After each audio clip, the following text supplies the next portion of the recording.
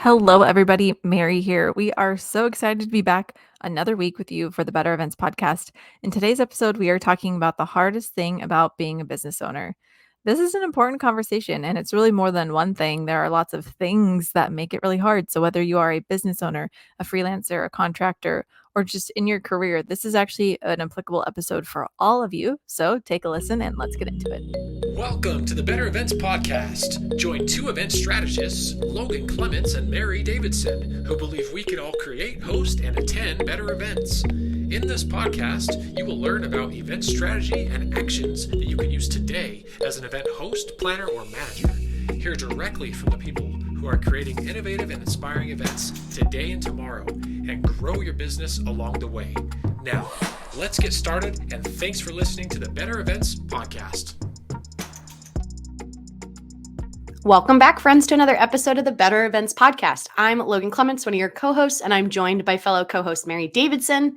And before we dive into talking about the hardest thing, and I should say things, plural, about being a business owner, we're going to do our conversation starter. So because we're going to be tackling some tough topics, I feel like we're going with a bold, positive start.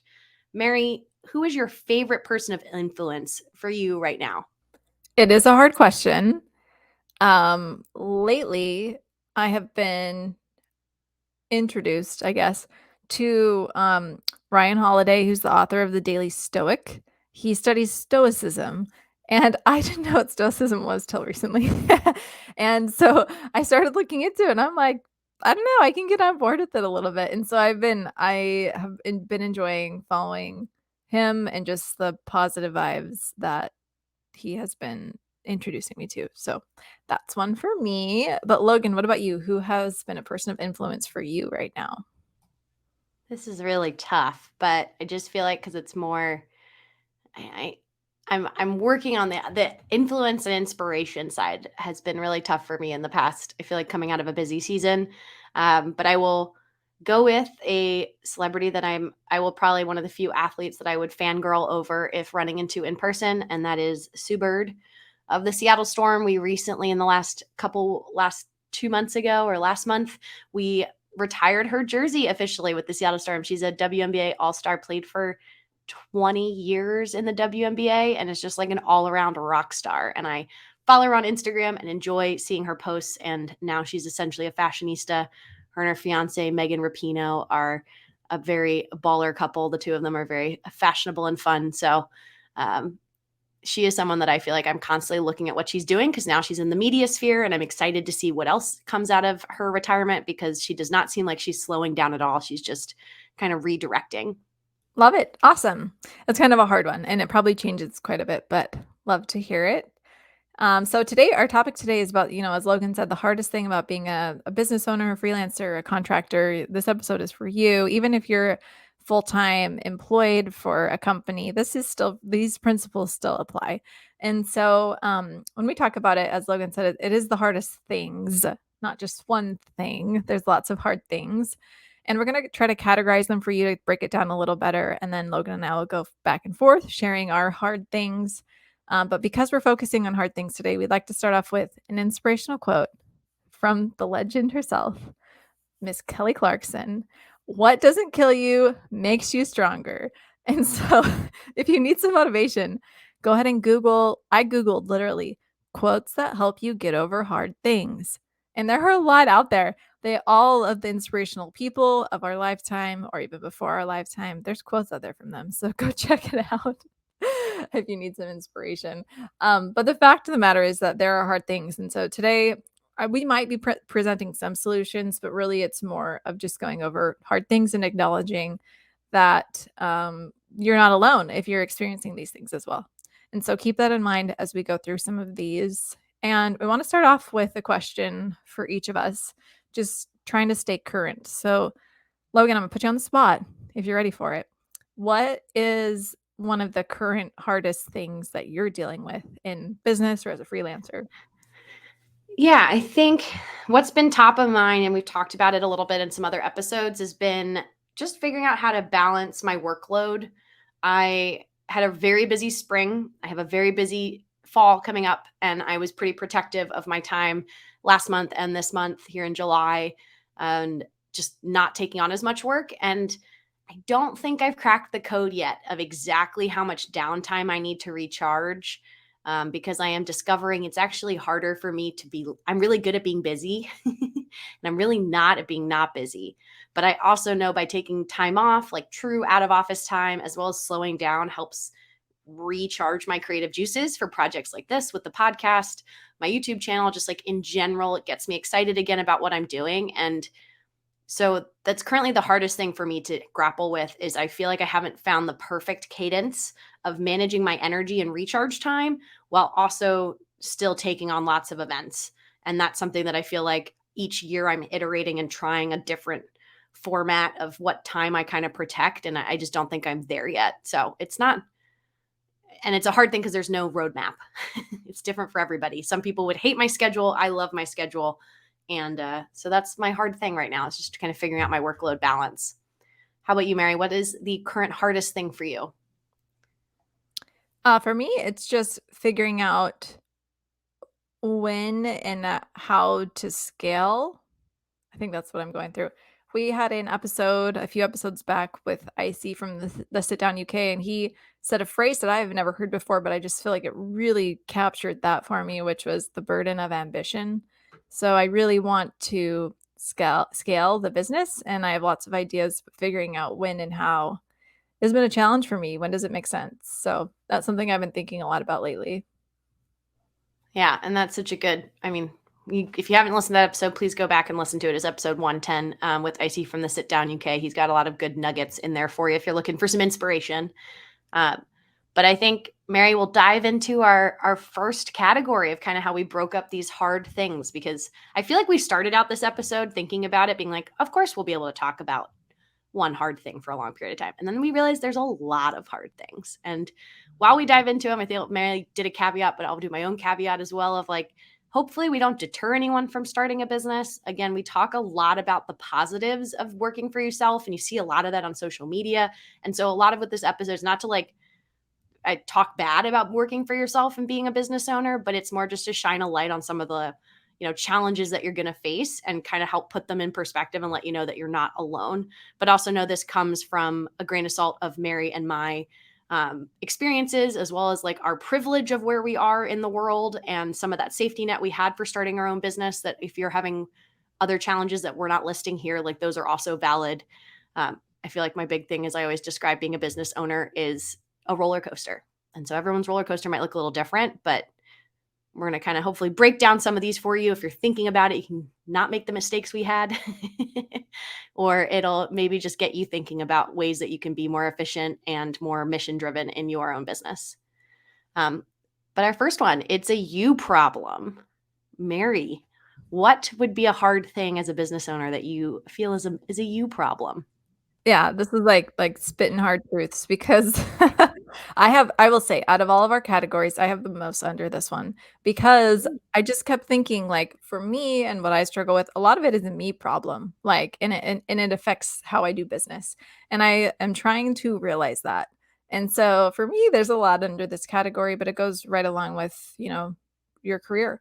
And so I'll start off, simple for my first one, but it's basically just that like you and me are in control of your own success or failure.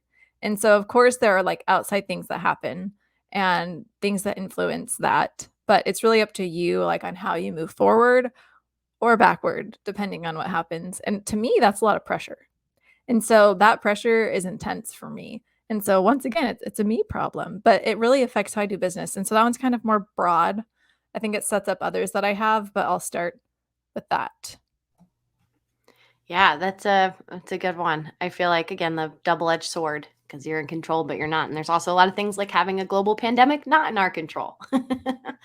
um, for me, one of my me things, it's a me problem, I would say, is is just really embracing that mental jungle gym. I love my analogies, jungle gym or anxiety around new roles or new audacious projects that come across my way. And this is something that I found just reflecting on some of my projects that I felt like had either a really good financial payoff or they were just, I learned a lot. often were the ones that I was the most anxious or stressed going into. And often it was for something more like imposter syndrome, not so much that I couldn't do it, but it was a new role I'd never taken on. Or maybe I finally upsold someone on my higher rate and I felt now I owe them extra because they're paying so much. And I had tried to reframe it as I worked through it a couple years ago as just like a mental jungle gym is what I called it, of why you want to continue to challenge yourself. And I have a love-hate relationship with it because while it's fun to do the things that you're good at and comfortable with, I did find I often learned and grew the most from the things that were uncomfortable, even though I didn't enjoy the process all the time. And so I don't know, that for me, I feel like it's a me thing, Mary, but I also feel like it's a larger principle that I feel like a lot of people, and it's probably why I like working for myself, is because I can constantly change the jungle gym and I have that variety, but the anxiety around it at times is real. Yeah, absolutely. And another one for me under this category is just that, like, it's a time management problem for me. I have a struggle with time management for sure. And so, like, to be able to wake up every day and figure out what I'm doing with my time is a blessing, but it's also a curse. Like, and so I've tried all the things, I've tried like the timers, the Pomodoro method, like ABC to-do lists, planners, and I'm just continually learning how to like try to trick my brain into being productive. Maybe I'm ADHD. I don't know. Seriously, I don't know. Like, I don't know. I just always have to like find new ways to be productive. And so yeah, just utilizing the time that we have wisely is a huge challenge for me. I think that could probably be for anyone, no matter if they have their own business or not. But I feel once again the extra pressure to like be on top of the time that I have. So yeah. We must have mind linked because my next one for a me problem was to do high power brain stuff in the morning. And this was something, it was a hard thing. Like you said, it's a blessing and a curse to be in control of your own schedule. And I didn't realize, I feel like as much, how much the structure of going into an office, being held accountable by all your coworkers would be really helpful. And so this is something I definitely echo what you say, Mary, that it is hard to figure out like what works for you. Cause I will also say what I'm saying might not work for everybody. I've just learned with myself that if I have a bigger, more like thought intensive task, I'm thinking strategy or new ideas or something. If I do it in the morning, it's great because I feel like my brain starts to turn to mush after 2 p.m.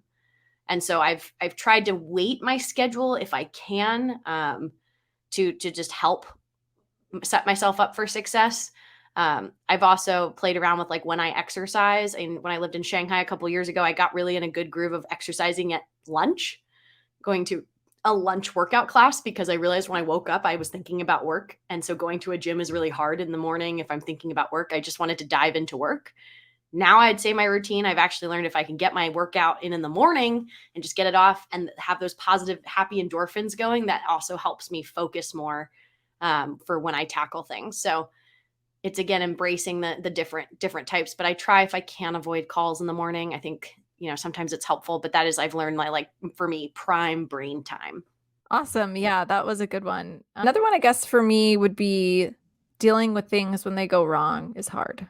And so, because like once again, I just feel like it's kind of up to you on how you deal with it. So there's this really great explanation that I like of something called a level 5 manager. This is an idea from Jim Collins, I think, if you're into him. There's a book called Good to Great that he wrote, and he talks about how a great manager looks out the window when something goes right, and he or she, or they look in the mirror when something goes wrong. And I just really like that because, like, to me, it means like that the manager or the leader or the person in charge reflects, like, takes the things that they need to learn back on themselves and how they can improve as a leader. And they don't necessarily take credit for all the things when they go right, because the reality is a lot of people make that happen. And so I like that mindset because I think it takes out the pompousness of being a leader. But that's also hard. Like, that's kind of my point, is it's hard to get over yourself. And so when things go wrong and you have to reflect back on like what you could have done better to lead the situation, that takes a lot of like, just like swallowing your pride. And that can be really challenging sometimes. And often when you're figuring it out as a business owner, you're going to do some stuff wrong. Yep. My third and final one in this category of it's a you problem was one of the hardest things as a business owner for me was to just start new ideas. And this could be, it felt a little hard to, actually, I feel like I jumped into starting and running my own business because I didn't have the intention of working for myself for a long time. It was like the solution to me being burnout and wanting a change. But I think examples are like this podcast. I credit Mary for why we started it, because I needed somebody else to kind of kick me in the butt and be like, let's just start it. Same thing with my YouTube channel. I'd had it for years in my head that like I knew people who worked with me liked me. And a lot of times it's because they got my personality, my style. And, the best way to do that is video. And I was just scared to start. Like it just felt too monumental to start something, especially if you're bad at it when you first start. And so it's a you problem, I'd say, but it's also like for everybody. I'm sure there's lots of people out there have creative ideas, or we get it about people come and talk to us like, oh, I've always thought about having a podcast. Just start, like, just do it, because the only way you're going to get better at it is by doing.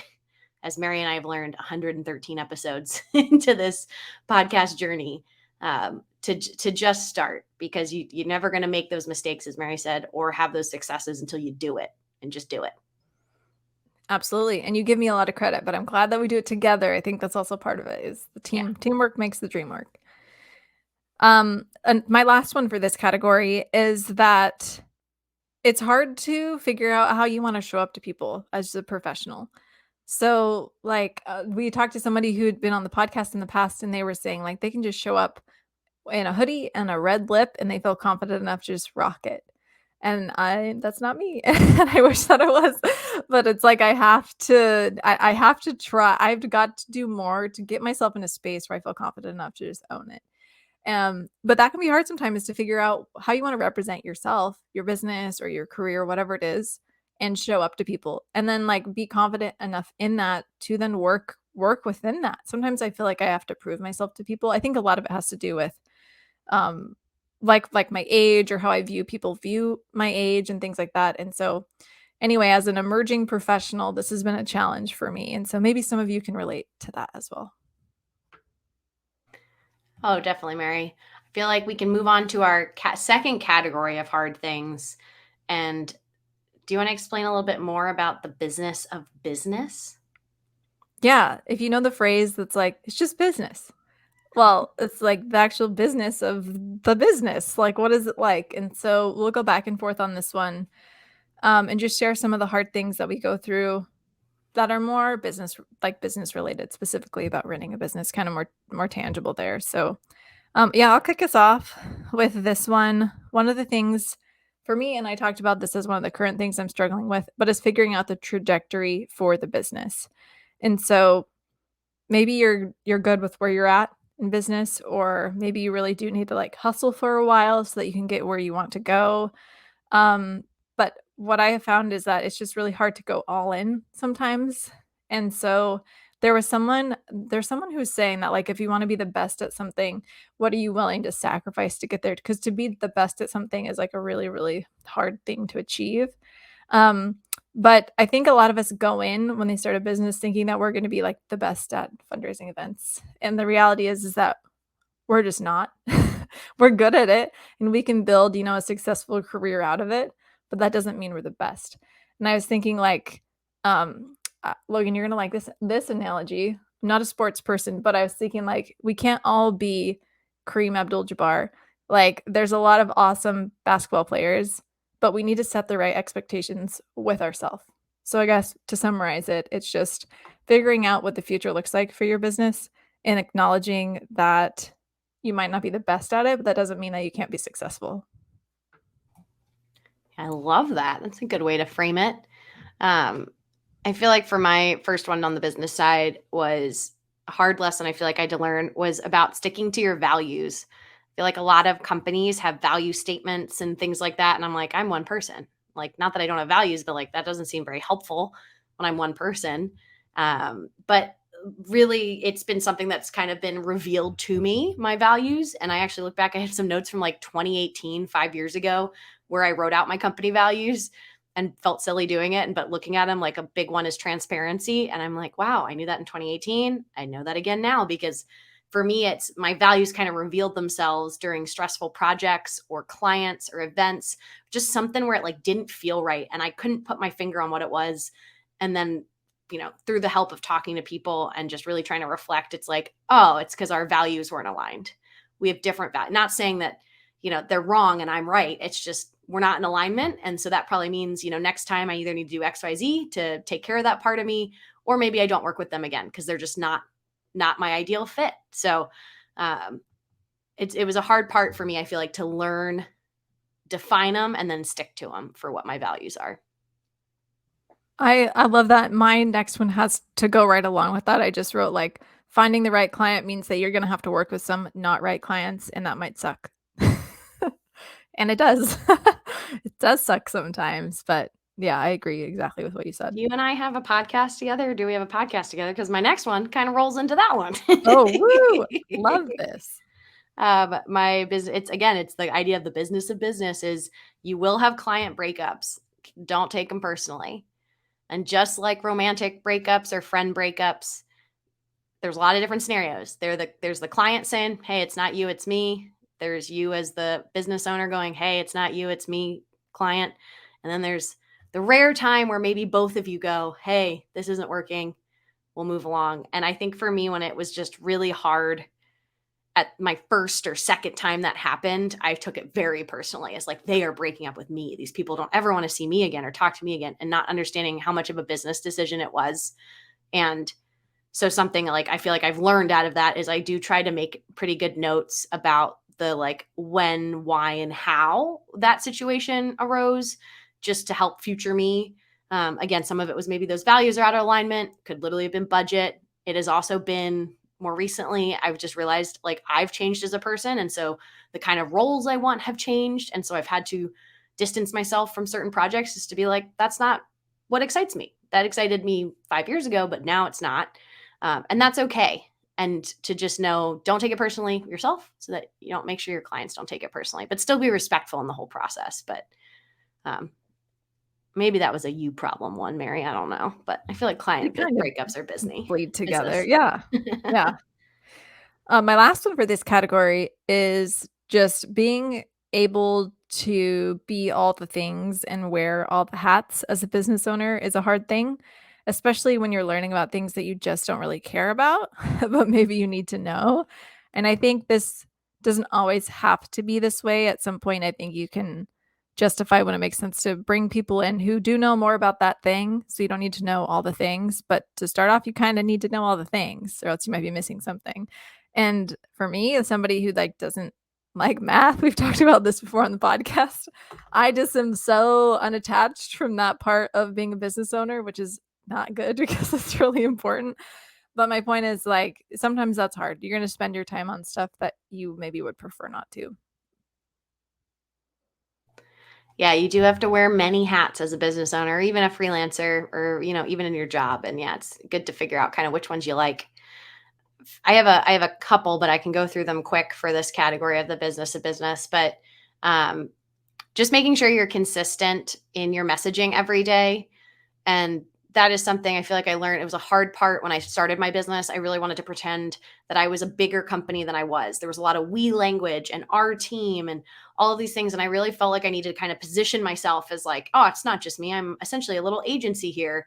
And that is something that's evolved over the years, where I found actually my strength is in me, just me by myself, and being very transparent about the fact that I can flex and do bigger projects with a larger team. And that's using trusted contractors that I've worked with a bunch, but I don't have to pretend that I have 15 employees. I can still say I'm me, and then you hire me and trust me to then bring on my people that I have worked with before. So that's something like, again, it can evolve as a business owner, but I felt like I kind of had to posture in a way to be a bigger business than I was to like get credibility. And I realized that was also sometimes hard to feel like that then I wasn't in my values of being transparent. But that kind of dovetails into my next of like hard things of just making sure you surround yourself with like good partners in business and personally, folks who have your back, similar values. We've talked about in the podcast before, similar even strengths. And that is really helpful because you never know what you need. And that's something that like making sure you just have good people around you. Because I feel like if you can kind of go off your path, if led by the wrong folks, but know that, take it all with a grain of salt. And then my last two are quick. because there are things I had to learn the hard way. And I just want listeners, you don't have to do it yourself. But if technology is involved, please test, and test some more. Especially like if you're trying to record something in Zoom, please test it. Test it. Make sure you're capturing it the way you want to capture it. And my final one is don't travel on the same day as an event you're working later that day. Mary's laughing at me silently, but I'm telling you, this was Superwoman Logan was like, of course I can make it all work. And of course, that is the one day that travel plans don't work out the way they've been working like clockwork for months. And I will never do it again. Logan, those are good ones, and I'm sorry I'm laughing at you. You're It's laughing at my out pain of your in a pain. supportive way. Yeah, Yes. your past pain, I am laughing at in a supportive way. You're right. Those are awesome. So then this brings us to our last category, which is money, money, money, all about the good stuff. So for hard lessons learned about money, I think that there is a lot of these bleed into the other categories too, I think that we've talked about. My first one is just figuring out where to spend your hard-earned money, like in the business or in the whatever helps advance your career. I believe that for at least what I'm doing and what we're doing to a certain extent, you don't need all the apps and all the things and all the stuff like necessarily. So find what works for you. A lot of people are going to recommend what they like. We recommend what we like all the time. That doesn't mean that it's going to work for you. So just really be intentional in how you're spending your hard-earned money. I just have the ABBA song in my head of money, money, money. It's a great song. Must be money. Yeah, that's a great one, Mary. Because again, I feel like when you say you're an entrepreneur or business owner, you're going to get so many ads, so many things telling you that you need 50 different tools to do it. But honestly, I mean, I feel like all you need is a business license and a bank account. And you can get started. But my thing I had to learn the hard way was one of my hard things on the money side was practice talking about your rates and your pricing. Because as a business owner, and again, this can be everything from what we do of like more consulting hourly fees or day rates to like if you sell a physical item, like people are going to ask you how much. And I just remember I would get so red. I'd start getting clammy hands. Not saying that still doesn't happen, but I have practiced saying my rates without a smirk on my face or laughing at myself, like with confidence, to the point where I feel like I started out with like journaling it, writing it down. I am I can't remember. I think I've written like a couple years ago, like I am a $75 an hour planner. And I just wrote it each day. I was doing a little like gratitude practice. And that was something I ended with. Just practice writing it. Then I practiced saying it out loud and making sure I didn't start laughing at myself. Because if I'm laughing at myself, no one's going to pay me that. But part of me is like, that's a lot of money, But the more, and then I've started practicing with friends. I still do this to this day when I have any kind of proposal or counter offer or something with money that I need to like hype myself up with. I will practice it and I will say, here's how I'm going to phrase, because I just feel like I need to make sure I'm really honing in on the value I'm providing. Or I even practiced for a scenario I had to do with a client where something we could do option 1 and that would cost a lot of money, or we do option 2 and it would cost a little bit of money. And I wanted them to pick 2. And I was like, let me figure out how to frame this so she understands this is the most efficient way to do this. And she doesn't go for this other option. So yeah, practice. It sounds silly. I promise you it works. I think that's awesome. And I didn't even put anything down about rates. So I'm really glad that you brought that up. Really important. My next one is one that you'll love, Logan, which is the whole idea of profit first, which is just figuring out when and how to pay yourself. Sounds simple enough. It is not. It's hard, but important. Logan's shaking her head. Totally. Yes. I had very blurred finances I now hate from like my first years in business because I just very casually paid myself versus now with the profit first method, I pay myself twice a month. I can adjust it and do it more often if I really need to, but I honestly don't. I got in a cadence and that's what works.